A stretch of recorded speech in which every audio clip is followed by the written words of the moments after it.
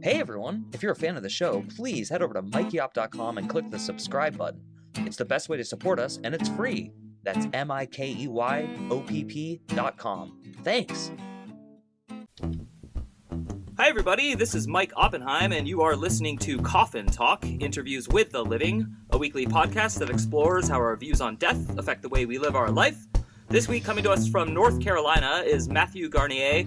He's the author of Swept Up, Lessons from the End of Times, a memoir about his church-focused, homeschooled upbringing in the 90s, and what he carried from that experience into adulthood. Whether it's writing, podcasting, or shooting films and videos, Matt takes a comedic angle in his analysis of human behavior and tries to extract valuable lessons from even the most mundane details of life. He sounds like a kindred spirit, and I'm very excited to interview him, so without any further delay, Matt, how's it going? Hey, dude, I'm good. It's always a pleasure to talk to a fellow writer and podcaster, especially about death. What a high. Exactly. And I like the comedic angle approach to all things death and life. So Absolutely. As you probably know, we always start by asking people where they grew up, how old they are, and then what generation, if any, do you consider yourself a member of? Yeah, I grew up in Arlington, Virginia, which is part of what we call Nova, because the DC suburbs are very much kind of their own state compared to the rest of Virginia. I'm 33 and definitely consider myself a millennial. I'm probably right in the middle of the years as that is measured, but like the element of having a foot in the pre-internet and the post-internet era is very much a defining characteristic for me, I think, because I grew up like with a very tactile reality, and then being, adjusting both. I mean, it's a privilege and something you kind of have to get on board with. I had a bit of an unusual timeline in picking up all of that. And honestly, I kind of resisted getting with the times for quite a while. I had a sort of a monastic view of the world, even as a fairly young person. And so I try to live as if like age is not a factor when it comes to other people, especially. I'm like, if you're an adult and you can speak for yourself, I'm going to talk to you like an adult. But there was a period when I was getting into podcasting, and I was mostly interacting with Gen Z and realizing like, man, I am probably excluding myself from like a certain understanding of the world by like taking this stance against everything that's up and coming. So I kind of spun back, and became a lot younger spirited. I was very much an old soul up to that point. Yeah, that makes a lot of sense. And, it's in the beginning of your bio, but you said you were homeschooled and also church focused. So I can see how those probably sprinkled into it. And I want to ask you direct questions about that. But I should mention that my best friend from college, who I still talk to every week, was also homeschooled. So it's interesting because I have his perspective heavy on my mind at all times because we got to know each other really well, and it was a huge part of his identity. So I think my first question is, how much of your identity now at 33 is I was homeschooled? Well, I like to be recognized not as a homeschooler, but there's no denying that it shaped me significantly, because you grow up in usually a smaller bubble of people, but you also don't adopt any of the usual boundaries that I think someone in like a public school would, where you go like, these are the people I'm supposed to be friends with. This is how like the hierarchy kind of works, When you're in that small group, you see everyone as fair game. It's not like, oh, that's my friend's brother. It's like, no, they're all my friends, even though you only see each other at church. Wow. or homeschool group or whatever it may be. I had a true like in-house homeschooling experience all the way through middle school, pretty much. So I knew that on that level there was differences between me and other kids, and my education honestly was pretty good. There's certain things that I thought like I was a genius about, because I was pretty good at writing and basic subjects, until I realized that some of the other homeschoolers I knew really weren't doing that much school, and I was getting a pretty good education in those areas. And then when like age sort of kicked in, other people overtook me. I was like, yeah, maybe that was more nurture than nature, and I need to push myself a little harder. That's totally interesting. And so was your decision to be homeschooled entirely yours, or mainly your parents, or a mix? And then in addition to that, was the church that you were in, and if you can name it and all that, a part of it, or is that just ancillary? So the decision was 100% my parents. Okay. I never knew any other way except for maybe 3 days of preschool. The ideology, for lack of a better word, behind it was to not be totally integrated in what Christians often call the world, like the secular world, because their philosophy was, let's just separate from that entirely. They'll never see that as a normal way of life. They'll understand it when they get there, but they'll have these principles instilled that we can kind of carefully curate what experiences they have and what they do and don't partake in. And you can see just from the way I'm saying it, like the threat that poses. Mm-hmm. But I respect like what they were going for. They had our best interest in mind. And I say they to include a lot of the other families in the church, because while the homeschool curriculum and education weren't pushed through the church, that was a commonality among many, if not most of the families. So, when you're homeschooling your kids, obviously you want to like have input from others. And so they end up doing a lot of the same things, sharing a lot of ideas about how to do it. And the Christian component of church is sort of the driving force there. And when it comes to like Christianity, I guess I was raised Jewish, but it's kind of hard for me to like really say that with a straight face. But we did some of the like culture stuff, and then by the time I didn't get bar mitzvah, and like so I was pretty much I was definitely not atheistic. My parents are like heavy into transcendental meditation and very spiritual, but I definitely wasn't raised with a religion. So with that in mind, which branch of Christianity, if any, were you in? Like, just so our audience, if they're familiar with it. Yeah, non-denominational Christianity is what it was called, but it kind of, whenever you have a group that is, I guess there are like broadly spiritual churches that are truly non-denominational. Ours claimed that title, but it was sort of its own denomination, and it would fall under the banner of Calvary Chapel. So some people might be familiar with that. It's kind of like a West Coast developed doctrine that spread. If I'm making it sound like a cult, I wouldn't really put it in that category. But there's branding to any church, and so there was a certain amount of that. And like many churches, their profession was, we teach the Bible. We just teach the Bible. But with something that's so historical and it's considered a sacred text, obviously interpretation is going to be a huge part of that. So when you say we just teach the Bible, it's very presumptuous that you have a solid grasp on what that means. And it ended up going in a direction that I felt later realized was pretty radical, especially as it pertained to the end times alluded in the title. I see now. It is coming clear. Just for the record, because it's good to hear like feedback, you do not make it sound like a cult. I'm asking pointed questions to see if it sounds like one from your perspective.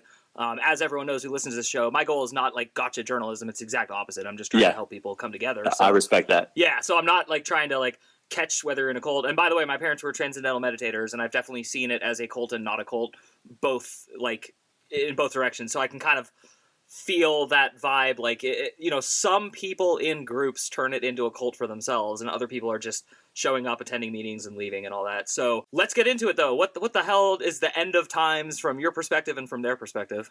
So from their perspective, the way that they interpreted the biblical concept of the end times, there's pretty across the board an agreement among Christians that the Bible talks about the return of Christ, which is either is the end of the world or leads to the end of the world. There's some distinction among churches there, but that this event called the rapture will suddenly sweep up everyone who is saved, who is an avowed Christian, and that's how they end. And then the apocalypse commences, and thus the end of the world.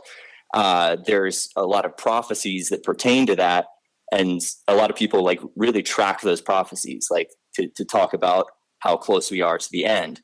And that's gone on for centuries. There's always been people who prophesied that, well, not just prophesied, but interpreted the prophecy to say the end of the world is coming up, whether they put a specific date on it or not. From, I guess, the late 90s, which is basically as early as I remember, they were talking about it in church, like, we are actually in the last days here. And there were certain events that brought that to the forefront. it had been talked about prior to Y2K, but that was a big catalyst for people really gearing up for the ride home.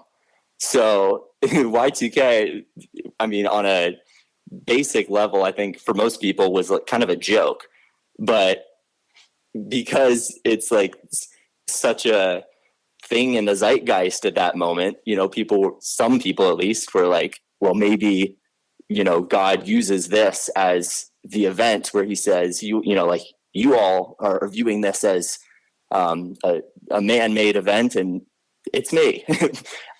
You know, I didn't give a whole lot of validity to that, but anytime that was talked about, I was like, okay, this might be the end. I'm gone at age 10. And then we survived that one. And then 9/11 rolled around, which is much more in line with certain things that are discussed in the Bible. I mean, the conflict in the Middle East is a theme in the Bible, right? So of course there's talk about that. Anything to do with war, anything to do with catastrophe of any kind, you know, that really stirs the rapture fever. So at that point I was pretty well bought in, like, yeah, I think they must be right.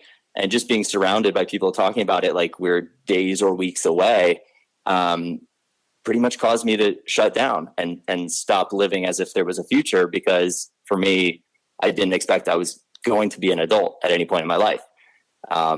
So I was preparing for that the best I could. And, you know, I mean, the idea of death and the afterlife was already an obsession for me, because that's at the core of Christian teaching. And so for me, it was about getting things straight to make sure I'm going to heaven, which wasn't the most appealing idea, but it's better than hell. And so that's what I ruminated on and really couldn't focus on much else. Wow. This is like fascinating to me because I'm obsessed with the apocalypse by like the themes of it. And I've always my whole life been obsessed with like, what if the world ends, or what if it like, well, you know, it's more like in the movies, like where you're like one of like 10 survivors and stuff like that. But but to imagine like actually thinking that's like a looming deadline is crazy to me, and especially as a young child. So the church was informing you about like events and what was going to happen and all that. What in your head, what like to your best ability at that age were you thinking was going to actually happen to you when you died? And then what do you think now? Hey everybody, did you know that I write novels? Well, I do, and I have a new one out, and it's called Ardor, and it's about a world-famous psychic traveling around trying to stop other psychics from ruining everything on Earth. It's a fun read, a ton of people have already read it and loved it, so head over to mikeyop.com, click the big link, and get your copy today. Thanks a lot. So that's a good question, because they framed it as though it's this like spectacular event we're going to be a part of, like it's this privilege to get raptured. Me like kind of comparing notes between the way it's presented in the Bible, I was like, it seems like it's supposed to happen pretty instantaneously. So it's no different from death. I think that gets to the point of what you were asking. Yeah. I definitely don't identify with that belief anymore. I think we probably all die in one manner or another. So my view of that kind of certainty about what the end of the world looks like is that it's pretty dangerous piece of propaganda. Mm-hmm. I do think that these people genuinely believed it. So when I talk about that experience, you know, and recognizing that it's something lots of people in America and everywhere are taught, and not all of them are traumatized or troubled by it. But it's just so fascinating to examine like how that was a titillating and exciting idea for some people. And for me as a kid, it was like that this is the worst news. I mean, maybe some Christian or ex-Christians might relate to this. Uh-huh. There was a component of like, maybe that is slightly better than waiting on death and then finding out if I'm in heaven or hell, because at least if I'm left behind, there's a period of time when I can try to fix it, even though I'm about to go through the apocalypse. I get a second shot. But that's getting into the theological weeds, but I think it's something that some of the Christian kids would relate to. Well, so do you call yourself an ex-Christian? Well, Christian, I think, can only be defined by what Christ actually was. Mm-hmm. And I think that's an area where I have to admit, we don't know. The foundation of Christianity, the best that I could defend it, and I held to the title of Christianity for quite a while. My best defense of it was, when you at least live as if you believe in this thing, you're supposed to be indwelt with a spirit that leads you both in a path that is, a proper way of living, and whereby you would be even more convinced of the truth. When I got to a point of being able to admit to myself, that's not what I'm experiencing. I'm using my rational brain the best I can, but this semblance of belief is not actually bringing about something that separates me from any other human. I think I put myself in the category of agnostic, and appropriately so. And I think even for a while, I even said I'm agnostic and I'm Christian, because agnostic is a philosophical or epistemological view. Christian is me saying that the way that Christ embodied the truth was good and is worth following. But even then, I think what another point of realization is that so many of the things that I took from Christianity, or that I thought were so unique to it that I should continue pursuing that, were not unique to Christianity. They were larger ideas that are talked about throughout history, and we get a very unique angle on them through the Bible.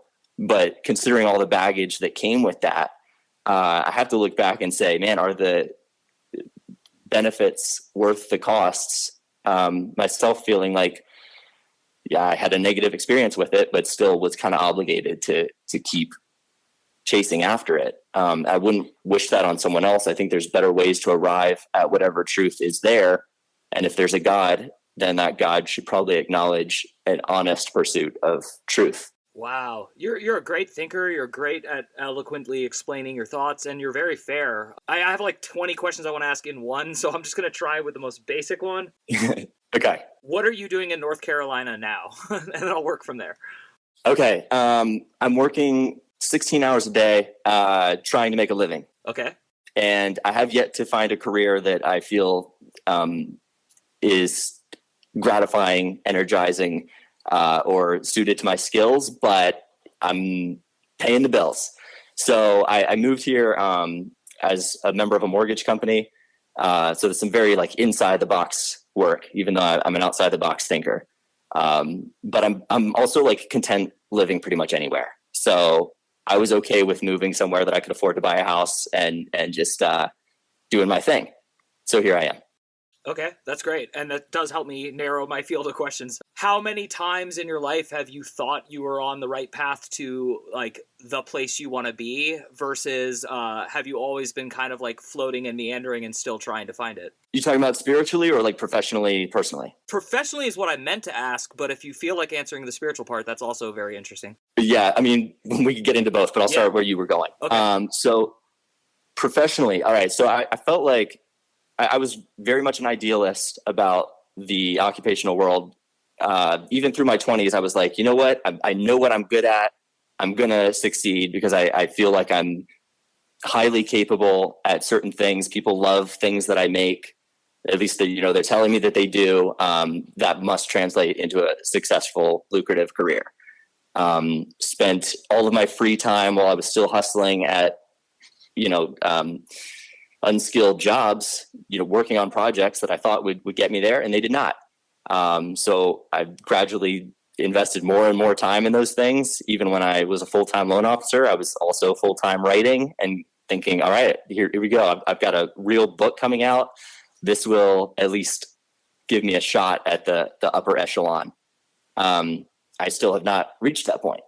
So constantly grasping at straws and trying to add to the portfolio of what might get me there. But I've just never been connected to the right avenues to be in my lane. It's not a bad thing that I've worked in a lot of different fields and kind of gotten all these different experiences, but man, the idea of being able to escape the 9 to 5 or 9 to 11 p.m. as it is now would be super freaking awesome, because there's such a difference between that kind of stuff, which is draining to my energy, and like writing and video editing and that kind of thing, which is energizing. Yeah. So that's the dream, man. That's what keeps me going. I know this is like an old fogey thing to say. I'm 42, but you remind me so much of myself, except you have a happiness and a confidence that I was missing. So that's a total compliment, just to be clear, from me at least. You can take it however you want. Thank you. It took me a while to get to that point. I wasn't good at projecting a vibrant image for much of my 20s, and I think that is a piece of what held me back. But I've learned how to engage a bit more. You strike me as more mature than most people. And I'm not talking about 33-year-olds, and I'm not talking about millennials. I just mean most people. You sound like you have a really mature approach to like what you're doing and where you are, and yet it sounds like you're not stifled, but when you said the phrase like grasping at straws, that's not like an exactly like great expression for like where you want to be. So what is intriguing to me is this balance, and it is in your intro. You literally said like a comedic approach. If you're the orchestrator of your own future and you're narrating into like the future and you're kind of like making this all up as you go, where do you actually see this going? Because I see it going somewhere very positive, but I'm curious what you think. Man, I hope so. I mean, I think that the moment somebody stumbles onto something I've made and like really gets it and has the opportunity to put me in a, I don't know, give me at least a platform to write or do creative things for a living, I feel like the rest of the stuff that I've made would also get sort of discovered. And I feel a little bit arrogant saying that. It's not like that stuff is like ready to send to a production studio, but I've put out a pretty decent sample of the skill set that I have, but it's an unusual skill set. Cause like, for example, most people who make video have certain skills I don't have. Most people who, I don't know, well, most loan officers have skills I don't have, right? Like I'm an unusual mix and match of things. That's kind of my defining characteristic. Mm-hmm. So if I don't know, if I was part of some tribal society, they'd probably make me like an oracle or a jester or heyoka or whatever. Like, yeah, he's not quite meant for the hard skills. But what would make you happier of the following two choices if you had to pick between the two? One, in about 25 years, you quote unquote make it by your own definition, so whatever that is, and you're very content with that, and you live the rest of your life with the career and the spiritual mix that you want. That includes like finding a partner of your dreams, whatever all that is. Two, you struggle the way you currently are, but with, a happy-go-lucky attitude like you have. And after your death, your work changes like humanity, but you die. Which would you pick? You've hit on a fantasy of mine right there. Even though I don't really want the second one, yeah, that's kind of what I've daydreamed is going to happen. Yeah. The archaeologists are going to dig up some stupid comedy rap of mine, and they're going to like present it to their students. Like, what do you think Matt meant by his lyrics here? And they'll give some chatbot answers that are awful and get great grades. Okay, obviously I want the first one where I get the recognition in my lifetime. Oh God, that's such a vain way of putting it. Not the recognition, but success.